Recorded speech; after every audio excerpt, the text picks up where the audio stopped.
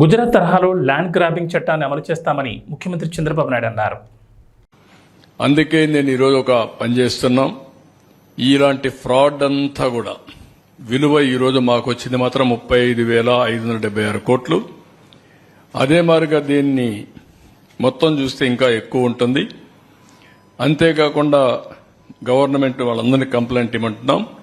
దీనికోసం ఒక చట్టం తీసుకొస్తాం. ఏపీ ల్యాండ్ గ్రాబింగ్ యాక్ట్ గుజరాత్లో తీసుకొచ్చారు. గుజరాత్ ల్యాండ్ గ్రాబింగ్ యాక్ట్ 2020 గుజరాత్లో తీసుకొచ్చారు. ఇందులో ప్రూవ్ చేసుకునే బాధ్యత ఎవడైతే కబ్జా చేశారో వాళ్ళపైన ఉంటుంది. బాధితుల కాదు, ఎవరైతే హై హ్యాండ్గా బిహేవ్ చేసిన వాళ్ళపైన ఉంటుంది. ఈ చట్టం అప్హెల్డ్ చేశారు. ఈ చట్ట ప్రకారం పనిష్ చేస్తాం. ఈ చట్టాన్ని కూడా తీసుకొస్తాం.